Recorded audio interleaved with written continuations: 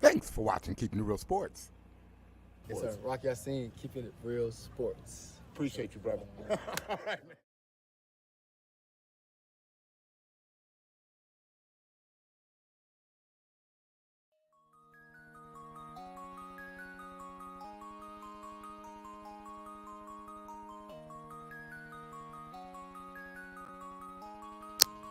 Hey, Taylor Rapp here from the LA Rams. Shout out to Steve Taylor, the real sports guy, and the honorary Ram. When Steve's talk sports, you better listen. Thanks, Steve from the Rams, for your continued support and love. With Prince Bell, we rocking with Keeping It Real Sports, and we gonna be on this. We gonna be on a lot of times. I love the platform. Check in. It's the new wave. Like, follow, subscribe, and do all that good stuff.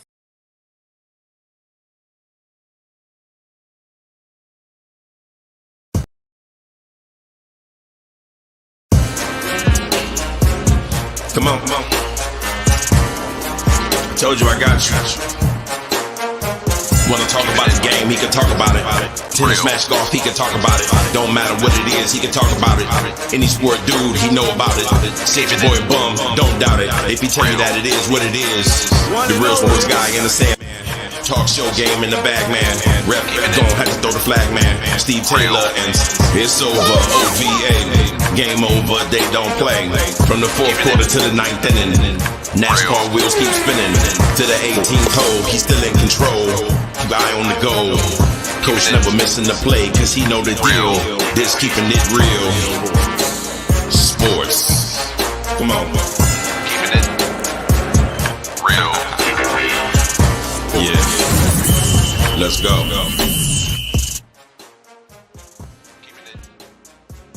Go indeed. It's the Saturday edition of Keeping It Real Sports. I am your boy, the real sports guy. Thanks for joining me. And boy, do I have a big show planned for you today. It's Championship Saturday, so we're going to talk about all things championship-wise. We're going to look at the 4 games that's going to take place today. We'll look back at last night's games. We're going to look at the 2 plays that could potentially get the Ohio State Buckeyes out of said playoffs.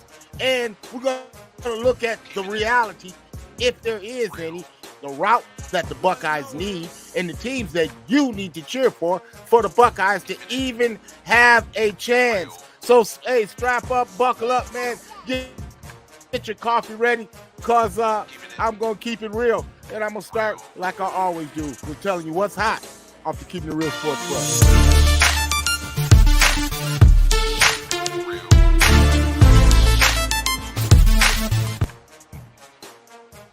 Well, it is Championship Saturday. It is college football playoff Saturday. And, man, I can't wait to get into it with all of the particulars with my good friend, Dale Parker. I'll bring him in right now. Dale, hey, man, welcome to Championship Saturday, man. And I hope you stayed up and watched that affair that took place last night that we'll talk about in a little bit. Good morning, Steve. How you doing today? Man, great, fantastic, man. And you know, I stayed up and watched that game. Man, let me ask you real quick, before we even get into it, the 4th down calls by Kalen DeBoer. But did you start to think back to the last game and the last time? You know, it's like, man, are you serious, man? Oh, yeah. Yeah, I was wondering what he was doing, but, you know, they worked out for him this time.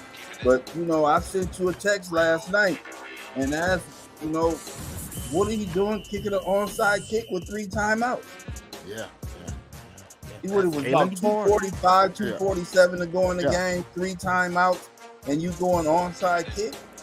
Well, you know, the way that it was going, that Kalen DeBoer had his team ready to play, and man, and those guys really played up to the underdog role, man. You know, and I called you. We talked before the game, and I told you, man, there's no way in God's green earth, man, that these guys are 9.5 points better than Washington. In fact, I like Washington on the money line, you know, man.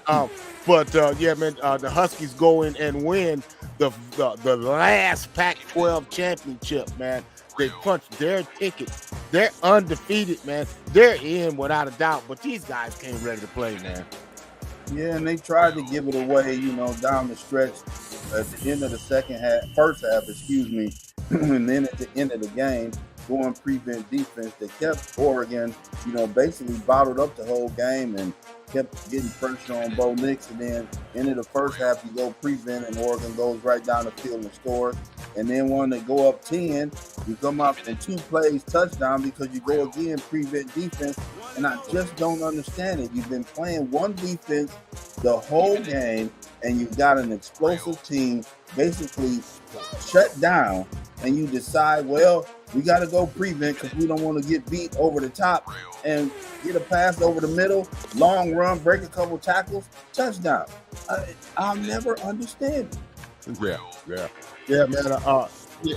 A lot of head scratching, but man, my hat's off to the Washington Huskies. I really like the way that they approach the game, man. Man, that running back is the real deal. So Dale, what I want to do is I want to go back and I want to look at the 2 plays that really potentially keeps Ohio State out of the championship picture here. In particular, the interception to Marvin Harrison. Now, what I want you to look at, Dale Parker, is how the lazy route that Marvin Harrison runs over the top, man. Now, what he does, Michigan knows that Ohio State is going to try to get momentum established. So, man, what they're doing is they know that Ohio State throws to Marvin Harrison Jr. early to try to create momentum. So what he does is he jumps around. What is depressing to me more so than anything was Marvin's inability, or more so than anything is his refusal to fight for the ball and be in the spot that he's supposed to be in because he ran such a lazy route, man. This here play, man, I blame totally on Marvin Harrison once I got the all-22 to kind of look at it, man. I mean, to me, it was Michigan doing its homework on Ohio State, and Ohio State not doing its homework on Michigan, because this kid has 4 interceptions in his career, all of them jumping routes on the inside or in-cutting routes.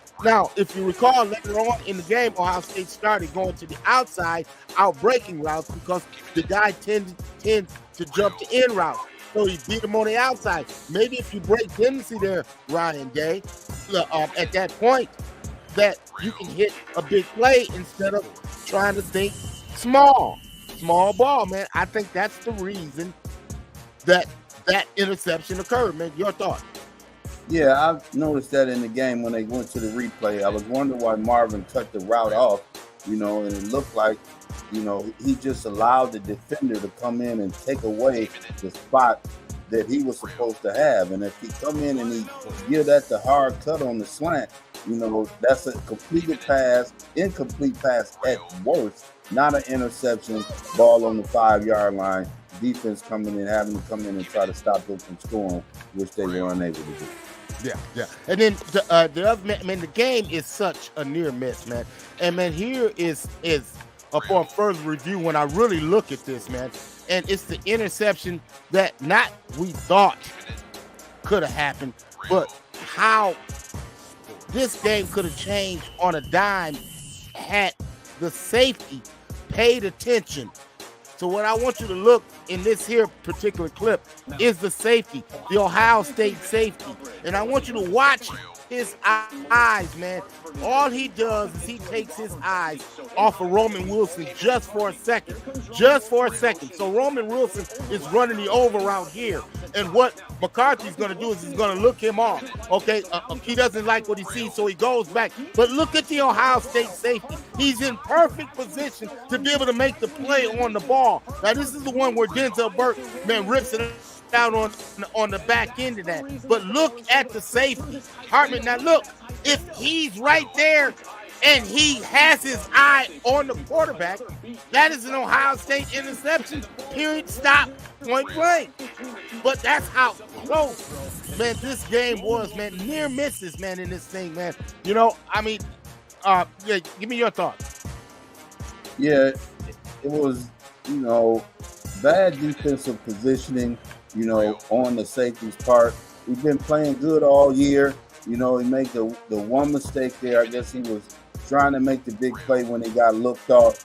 You know, but like you said, he got back in position. You know, and if he just look and find the ball, you know, again, interception for Ohio State or possibly pass it, you know, incomplete and break up.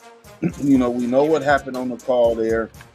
Looked like the ball was moving prior to him getting, you know, crossing the goal line, breaking the plane of the goal. But, you know, like you said, it's those calls like that that'll cost you in the big game.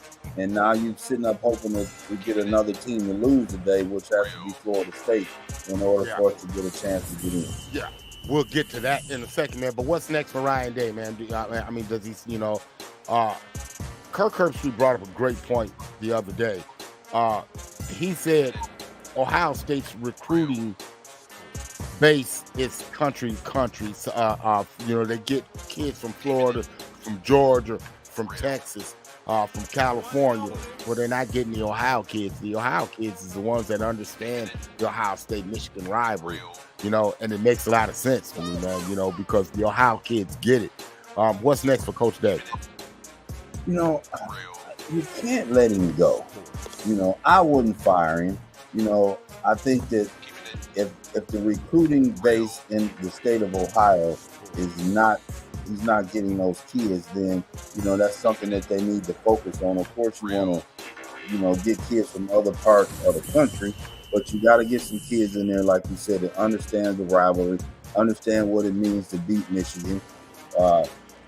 But at the same time, you know, with the record that he has had, getting closer to getting to the championship game last year on the missed field goal at the end, you know, so I wouldn't let him go. Definitely give him one more year, you know, to see what he can do in one more year. See if he can get some kids out the transfer portal and possibly get another quarterback. You know, I just think my personal opinion is he just didn't trust his quarterback in the way that a coach would and should. And I think that it allowed him to play a little more conservatively instead of opening up the field. And like he did last year when he had CJ, the last 2 years when he had CJ at quarterback. Yeah, good point. Man, let's talk more college football inside the game.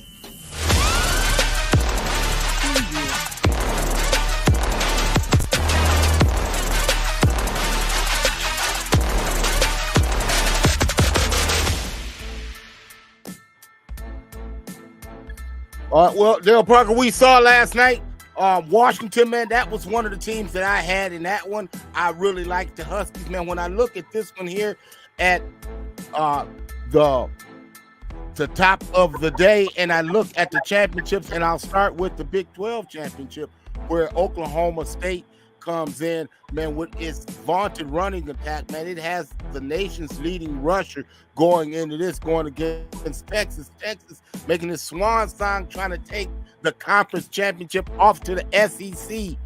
They are 15-point favorites in this one, Dale Parker. Who you like? Give me the 15 points, and I'll take Oklahoma State. You know, that to me makes a lot of sense, man, because Texas hasn't been blowing people away, man. You know, not only haven't they been blowing people away, they normally come up small in the biggest games. I know they beat Alabama earlier this year in Tuscaloosa, which was a huge win for them, but then they come back and they lose the Red River rivalry game. And that's normally when the biggest games are on the line. You know, Texas has historically came up short. They're 3-3 in the championship game for the Big 12. And, you know, I could see them winning the game, but not by 15 points. Yeah. I totally like that. I'm with you on that. I love Oklahoma State and the 15 in this one, man. And I'm going to tell you another game that I absolutely love, man. Man, look here. Give me the Iowa Hawkeyes, man, plus the 22. Are you serious? I mean, like, Michigan's got a lot to figure out. Zach Zenner, man, he's gone, man. We're not worrying about that. They're not going off adrenaline this week. No, they're going to have to figure it out against a pretty damn good defense. Now, Iowa can't score points, but they can play defense. You know, Right. now Michigan's not going to boat race them. They'll win the game, but they're not going to boat race them. And I promise you that. Hey, I agree with you on that. Give me the 22 in Iowa also, you know, but I could see Michigan winning the game, but not by 22 points. Here you go. Alabama, Georgia, man. This here, man, the line in this one is down to 5 in this one. Man, who you like? I like Georgia, even though Alabama's been playing really good. Milroe has, really turned the corner from his rough start earlier in the season, getting benched, and then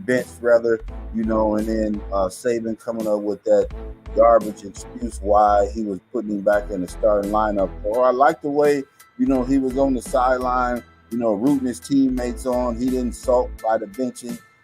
What does that got to do with him being the best quarterback he got? He struggled. He's a freshman. He didn't live up to the standard, that you wanted him to, and wasn't playing to the standard that you wanted him to, I should say. So you benched him, but don't tell me you put him back in the starting lineup because he was on the sideline. You saw what them other two quarterbacks you had with him. Absolute I got to get this boy back in the game. Right. Look, Alabama's not that good. Okay, No. And that's what Texas is laying its hat on. See, Georgia's gonna boat race them today. Okay, and we're gonna lay all of that to bed, and that's gonna look good. That's the first order of work for Buckeye fans. Okay, for Georgia to come out and boat race Alabama, because what that does is it takes Alabama out of there, and then it taints the other one-loss team, the Texas Longhorns. Now, if Texas does win, even in a close one, okay, that's gonna look good, especially if Georgia boat races Alabama like I think they're gonna. But this is the first order of business that we need to take place if the Buckeyes are gonna make the playoffs. The other one is starting to happen now, and we're gonna go to 8 o'clock tonight where Louisville and Florida State goes head-to-head. And I'm gonna tell you this, I liked Louisville before I got the news about Tate Rodemaker being a game-time decision. I don't care if Tate Rodemaker played or not. I didn't care if Jordan Travis played. I didn't care. I liked Louisville. Louisville lost last week in a rivalry game to Kentucky. So what? They're going to have their fist ball today. That defense plays good football. Florida State has gotten off the hook time and time again this year. It won't happen tonight. Dale Parker, I love the Louisville Cardinals. And you're going to give me 1.5 points? Give me the Cardinals, man. Money line. Yeah, give me the Cardinals also. Florida State has had a great year.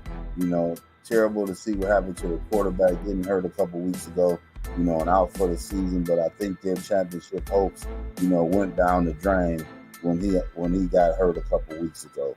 And, there's a lot of pressure, on the backup quarterback for this game. And I just don't think he's going to be able to live up to the pressure that's going to be put on him. Give me 1.5 points, and I'm taking Louisville also. Yep. Yeah, I like that, man. Hey, man, let's talk NFL storyline.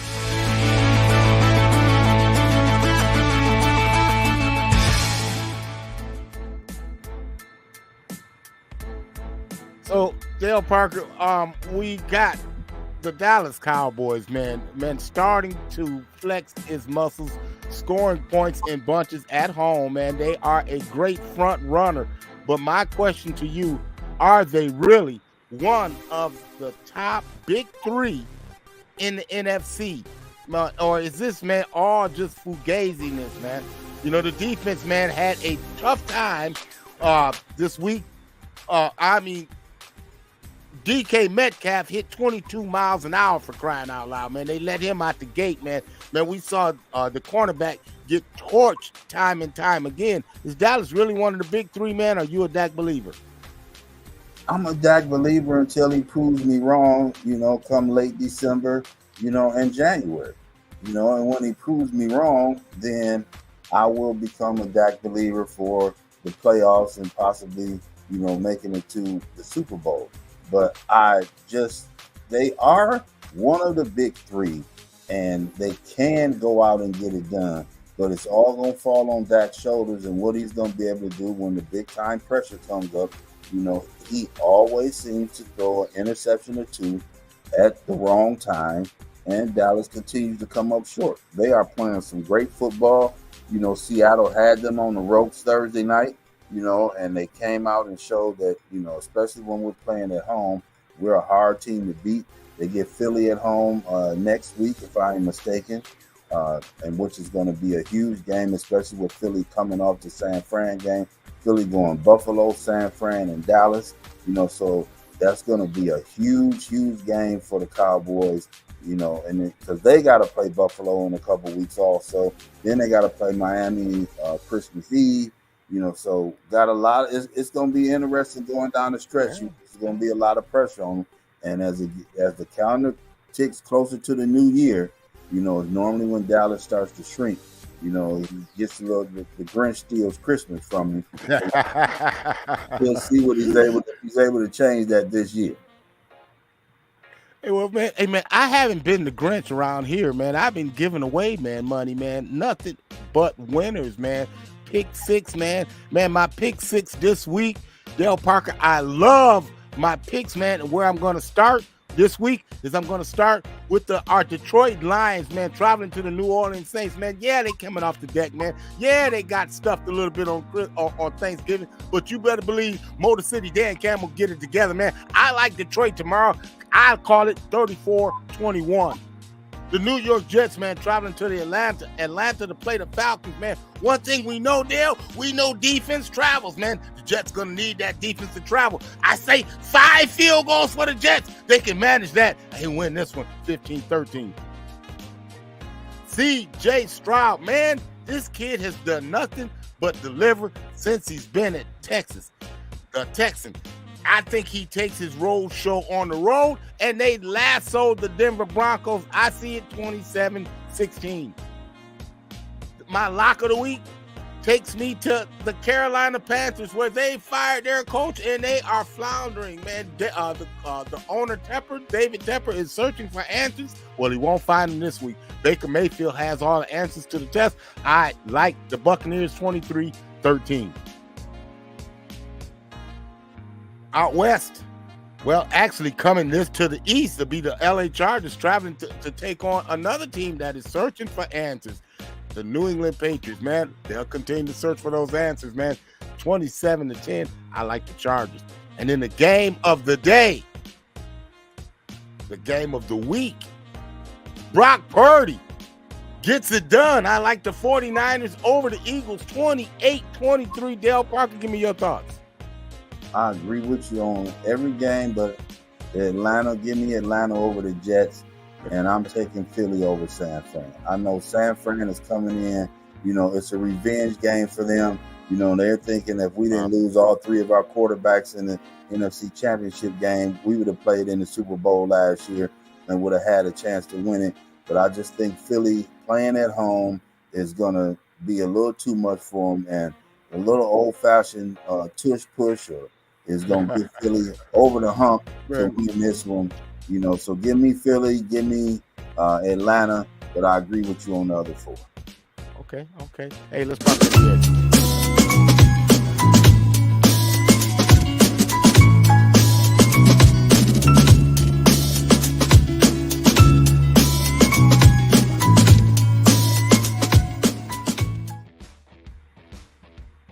Dale Parker, it has all come down to this. The knockout round starts on Monday.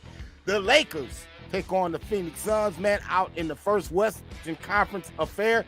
The Kings take on the Pelicans in the other affair. On the Eastern side, we've got the Milwaukee Bucks against the Knicks and the Pacers against the Celtics. You know I'm going to ask you who you got. Out the West, you know I'm a Laker, but I gotta keep it real. They just too inconsistent, up and down, get off to too many slow starts for me, you know, and always playing from behind.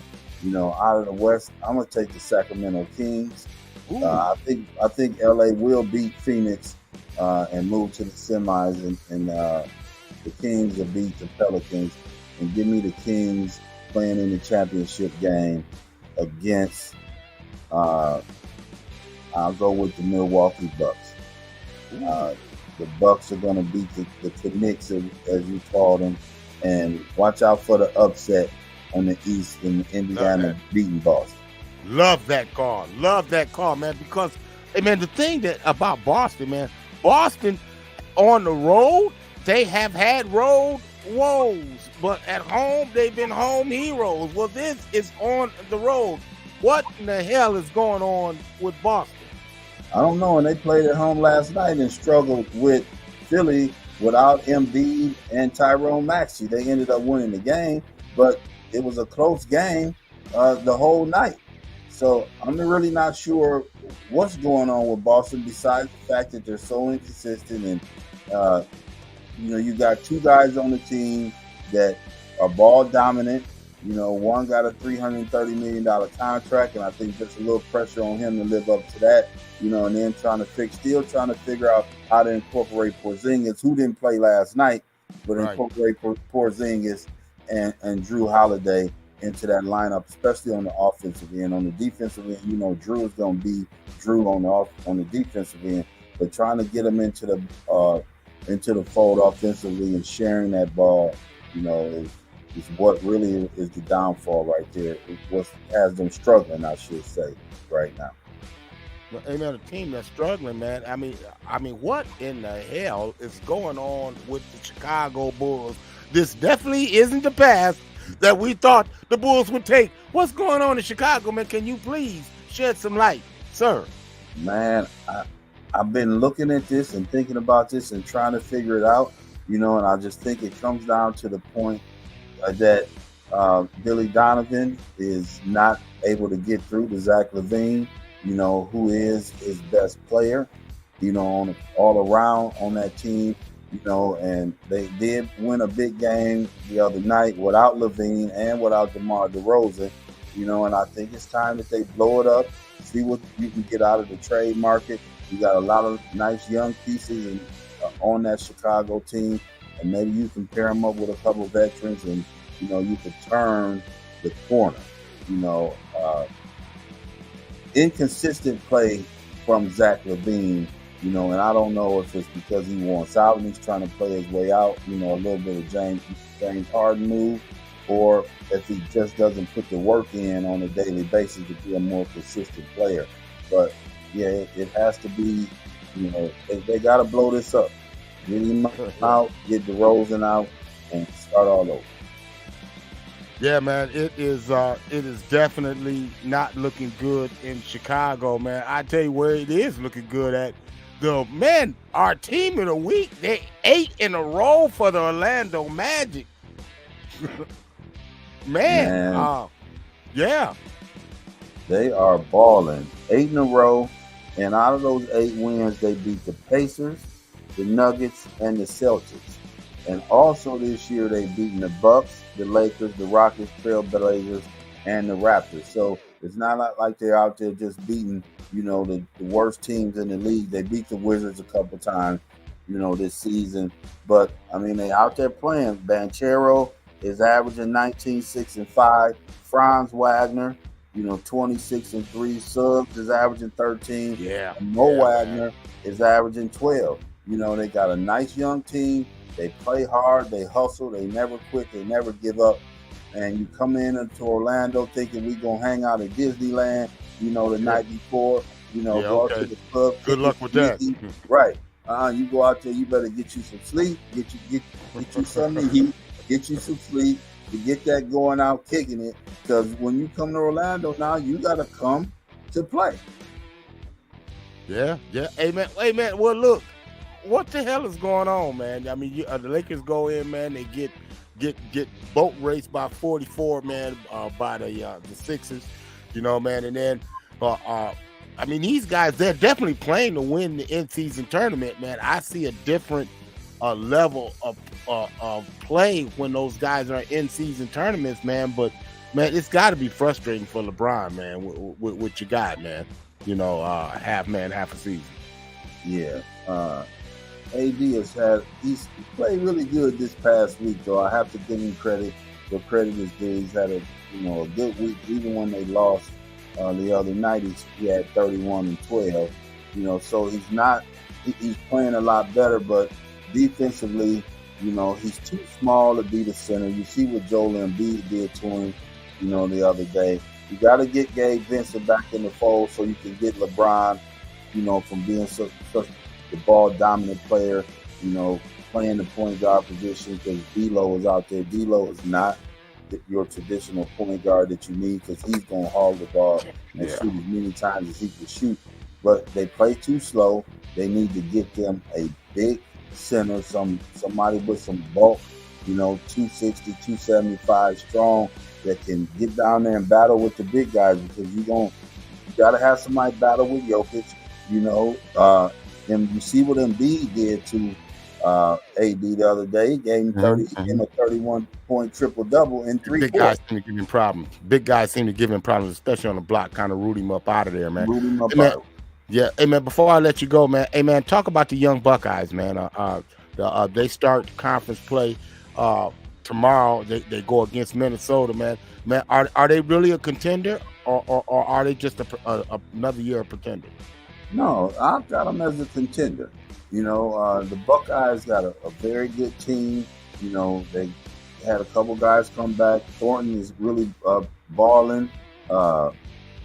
They got the big boy, how you say his name? Akpara, in the middle. Felix Akpara. Yeah. And, he's blocking everything down there. Roddy Gale is playing good. The transfer they got in, the lefty, I can't think of his name right now. Help me out. Jamison Battle. Yeah, the Jamison Battle. So they got a good team, I think they are contenders, to make the tournament. Let's hope they can stay healthy and we can go out and, have a good season and show teams that the Buckeyes are back basketball-wise, too. Yeah, we definitely will be keeping an eye on that, man. Hey, look here.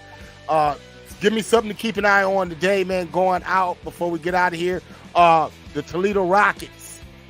Go Rockets. The Rockets play at noon today. Support the Toledo Rockets, man. Coach of the year. You've got the quarterback out there that's clowning, man. DeQuan Finn. Then Penny Boom, man. He is the offensive player of the year in the MAC. Man, shout out to the Toledo Rockets with a chance to play in a New Year's 6 bowl game. So, man, congratulations to the Rockets, man, and good luck, best of luck today. Yes, sir. Wish the Rockets, the home team, good luck out there. They're going up against a Miami team that's real stingy on defense, so they got to come in and bring their A game if they want to walk out of there with a win. And it'd be nice to see UT in a January bowl game. It's been a long time. Let's go get this championship and let's go play in a bowl game this year. Let's go get it done. Let's get it done. And we are getting it done every Monday, Thursdays, and then Saturday mornings right here, man. Make sure you like and subscribe to the Keeping It Real Sports Network on Facebook as it streams live on Facebook. It streams live on YouTube, the Keeping It Real Sports Network. Make sure you like, make sure you subscribe. It tells you all of the notifications and all of that good stuff. Help me out. Click that and like that. Fidel Parker, I am your boy, the Real Sports Guy. I will see you Monday with a recap Monday of all of the action that happened over this weekend. Enjoy Saturday's games. And until then, we wish you love. We wish you peace. Chuck and deuces. Come on. Told you I got you. Wanna talk about his game, he can talk about it. Tennis, match, golf, he can talk about it. Don't matter what it is, he can talk about it. Any sport dude, he know about it. Safe boy bum, don't doubt it. If he tell you that it is what it is, the Real Sports Guy in the sand. Talk show game in the bag, man. Rep, gon' have to throw the flag, man. Steve Taylor, and it's over. OVA.